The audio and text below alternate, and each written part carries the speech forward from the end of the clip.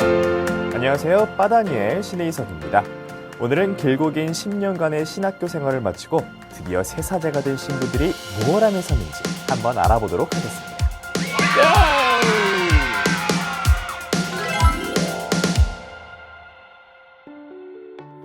새사제들은 인사발령에 따라 본당 사목 또는 특수 사목으로 첫 활동을 시작하게 됩니다.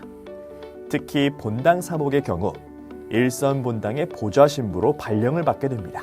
출신 본당으로는 갈 수 없지만 첫 미사는 꼭 자신의 출신 본당에서 합니다. 그럼 처음 발령받은 본당에서 쭉 사는 거예요? 아니요. 본당의 주임 신부는 약 5년, 보좌 신부는 보통 2년마다 임지를 옮깁니다. 근데 신부는 본당에서 무슨 일을 해요? 대개 보좌 신부는 어린이, 청소년, 청년 사목을 맡고 주임 신부와 함께 본당 내 신자 교육, 각종 신심 단체 관리를 하고 전례력에 따라 본당 행사를 기획하고 실행하죠. 그리고 일이 너무 많은 거 아니에요? 그게 다 사제의 숙명이죠. 그렇다면 이제 특수 사목에 종사하는 신부는 무슨 일을 하는지 살펴볼게요.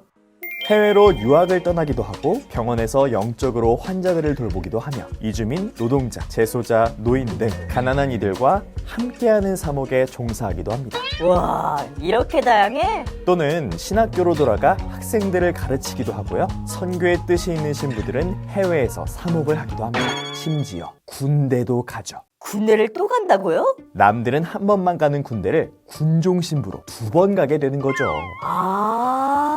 수십만 군 병사들이 있지만 사목자는 턱없이 부족하죠. 때문에 매년 전국 각 교구에서 신부들이 장교로 임관을 하게 됩니다. 그럼 군종 신부들도 훈련을 받아요? 그럼요. 군종 신부들은 병사들과 똑같이 훈련도 받고 고충도 상담해주고 신앙생활을 돕는 일을 합니다. 군인들은 월급이라도 받지.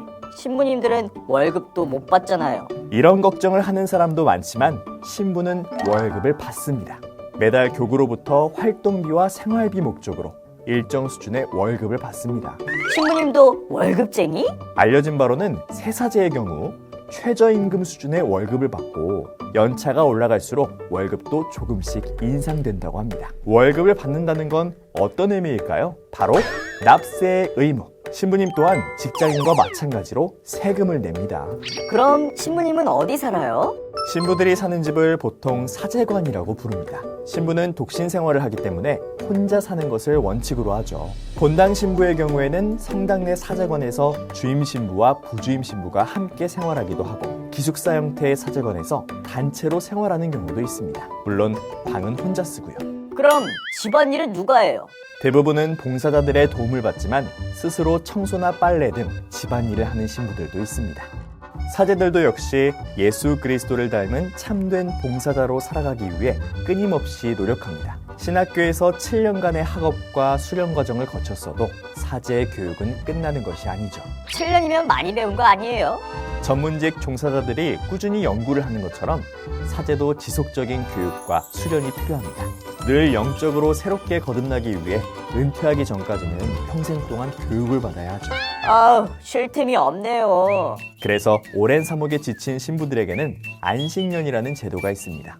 6개월에서 1년씩 잠시 쉬면서 자신을 돌아보고 영적인 충전의 시간을 갖는 것이죠. 근데 신부님은 언제까지 일하시나요? 사제가 된 지 25년이 되는 것을 은경축이라고 하고 50년이 되는 것을 금경축이라고 합니다. 지난해 사제수품 50주년이 된 프란치스코 교황의 경우 33세 신부가 되어 83세 금경축을 맞이했죠. 교황님, 금경축 축하해요. 편차가 있긴 하지만 신부들은 보통 만 70세가 되면 일선 사목을 정리하고 은퇴합니다. 다시 말해 사제를 그만두는 것이 아니고 하고 있던 직무에서 일종의 해방이 되는 거죠. 그래서 은퇴한 신부에게는 어떤 본당의 주임 신부라는 호칭 대신 원로 사목자라는 호칭을 사용합니다. 그럼 이제 뭐하고 살아요? 은퇴 후의 삶은 자유롭습니다. 취미 생활을 즐기면서 휴식을 하거나 자신이 몸담았던 신심단체 활동을 이어나가기도 하고 사제로서의 삶과 신앙에 대한 생각을 담은 책을 내기도 합니다. 또 미사나 강의, 연구 활동을 계속하기도 하죠. 와, 진짜 부지런하시네요. 부지런함과 성실함은 사제의 필수 덕목이기도 하죠. 인생의 황혼기를 맞은 원로 사목자들이라 하더라도 신부들은 하루도 거르지 않고 매일 미사를 봉헌해야 합니다. 설사 미사를 함께 드릴 사람이 없더라도 말이죠. 그건 바로 사제의 의무니까요. 지금까지 신부의 일생에 대해서 한번 알아보았는데요. 어떠셨나요? 완전 유익했어요. 오는 2월 6일과 7일 서울대교구 사제 부제서품식을 통해 평생 주님의 사랑을 전하는 새 사제와 부제들이 탄생합니다. 주님의 가르침을 널리 세상에 전하고 가장 낮은 곳에서 겸손하게 살아가는 사제가 될 수 있도록 모두 기도해 주세요.